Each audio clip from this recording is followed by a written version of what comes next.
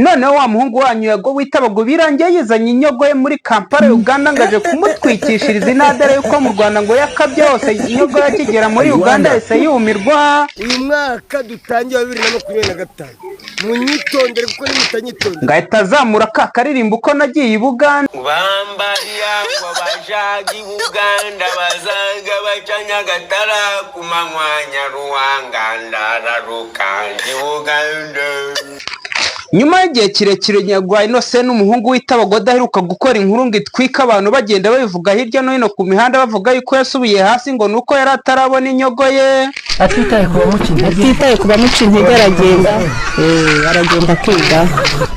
nyuma yo kuzajya afata udutike cyangwa utundi tuntu akanibeta mu Rwanda gake gake akikoza itabagwa agahamagara abandi basani benshi bagiye batandukanye bakamusangayo akabakoresha ibiganiro. Amakurusha neza kanyo umeze neza uri girlfriend akubaha ntabwo ndi girlfriend w'abantu bagufi. na nyuma yo gutwikira i Kampala akahatwika akahayogoza abantu benshi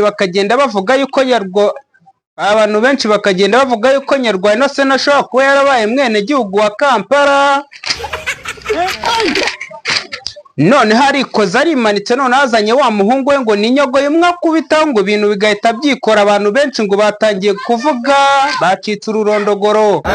abavugaga ikibazo cya views nabo bacecetse. Imana ijye guha umugisha rwose cyane uzisabira uwawe wanjye ndawufite. inyogo ye Nyarwaya Innocent ngo yamukubisa agatike ngamuvana iyo ngiye wabo mu majyaruguru aramuzana mugezi i Kampala muri Uganda ngaramutembereza murisha umunyenga wa Buganda. God have mercy upon us.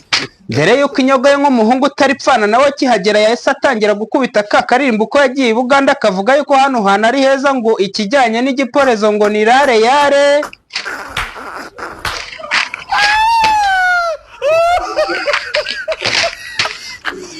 ibintu bikomeje kugorana abandi nabo bagiye kugenda bavuga ibintu bigiye bitandukanye bakaba bari kuvuga ngo yago nyamuneka nyamurika ashatse yagaruka mu Rwanda kuko ibintu ngo ari gukorera hanze ngo ntabwo byaba ari sawa cyane ngo kubera ko atari muri showbiz y'u Rwanda ngo harimo icyuho kinini gikomeye cyane. aho na mugenzi we cyangwa umukuru muri showbiz manager w'ibihe byose KM Yoboki yatangiye kuvuga yuko mu bintu akumbuye bya mbere na mbere akumbuyemo yago Nyarwaya Innocent kuba yagaruka gutwikira mu Rwanda ngo naho bidatinze cyangwa bitise ngo nawe azamusanga muri Kampala bakorana ibiganiro ngo kuko ni umuhungu yemera cyane.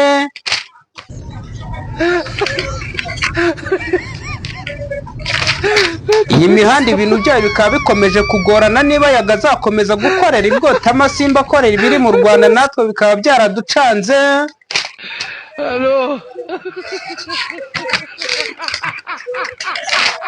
ariko abahanga mu gucekinga no kureba no gusuzuma no guhakinga bakaba baravuze yuko yago Nyarwaya ashobora kuba ari muri business zikomeye cyane za kasamutwe zambukiranya imipaka ahantu henshi hagiye hatandukanye kuko umukire bari gukorana ubu ngo nuwo bita umugwiza atungwa ngo ni miliyoneri.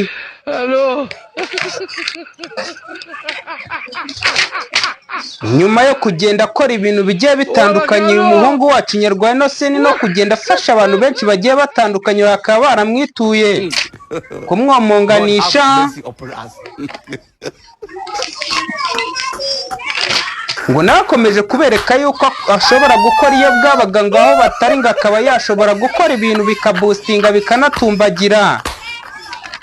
mbega iyo plan A yanze ngo abafite plan B no kuzamuka haruguru uyu muhungu nakomeje kuba kamaramaza n'akasamutwe Nyarwaya Innocent. guys nkuko bimeze ni umuhungu wa Nyarwaya Innocent yago akaba yamaze kuzana umuhungu we Issa New Boy mwana yakuye hasi akamufondera ubuzima kuva hasi akagira icyamuremera akamuhindura undi wundi akamugira umusani umukomediye mu biganiro mu hantu hose umwana akisanga mu mbabare nari mvuze umwana ahantu hose uriya mugabo akisanga kuko ni umubyeyi ufite abana. so none akaba yamugejeje hano muri Uganda kugira ngo bakorane ibiganiro nk'uburyo bakoranaga nyine nk'ibisanzwe bagiye gukomeza gutwika. icyo tutaramenya nuko uyu muhungu we ashobora kuba wenda yahamara igihe kingana iki, igihe runaka ntabwo turamenya igihe agomba kuhamara, kubera ko ni umugabo ufite umugore agomba gutaha akajya kureberera urugo rwe. Ariko Yago Nyarwaya Innocent ashobora gukomeza gukorera ibwotamasimbi nta gihindutse, kubera ko urabona yuko ibyo yakoraga ari hariya mu Rwanda ari na Uganda arabikora. So guys, ni Giro nk'ibisanzwe, kora subscribe, kora share, hanyuma dukomeze